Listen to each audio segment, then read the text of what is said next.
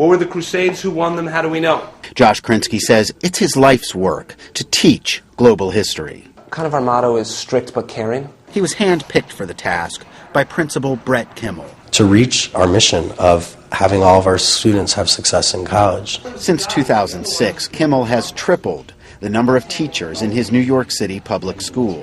There are now 40 to keep up with the blossoming number of students, 525 and growing. A success story.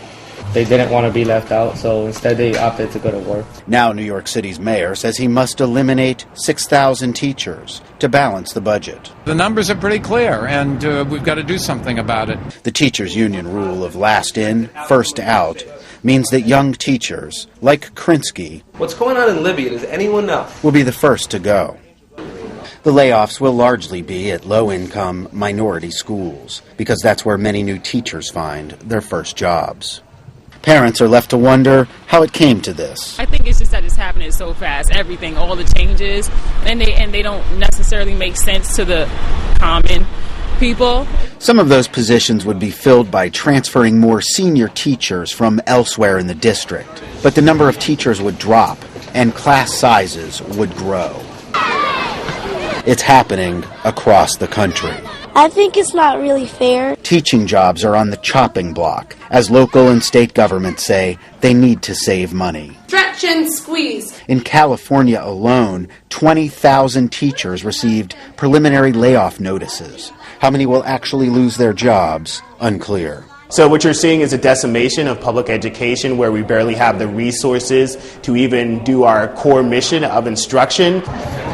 It appears the national debate right now is not if teacher seniority rules should be changed, but how. Mayor Bloomberg doesn't listen to parents like me. In New York City, rival television ads fight for public opinion. The city's got a $3 billion surplus. We don't need to lay off any teachers. Bloomberg is using the looming layoffs to try and get rid of last in, first out. How do we protect our kids? By guaranteeing we have the best teachers in the classroom. That means changing Albany's outdated law so we can keep teachers based on merit, not seniority. Even the president of one of the largest teacher unions in America has a plan. Randy Weingarten is proposing problem teachers be given peer reviews by other teachers and forced out if they don't improve.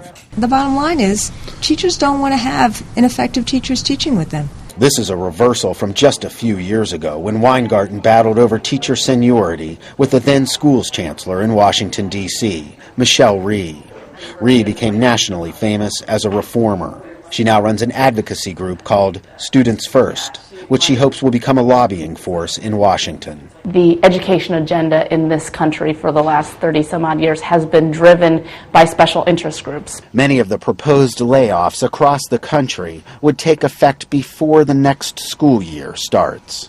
Ted Shaffrey, Associated Press, New York. Are there any questions?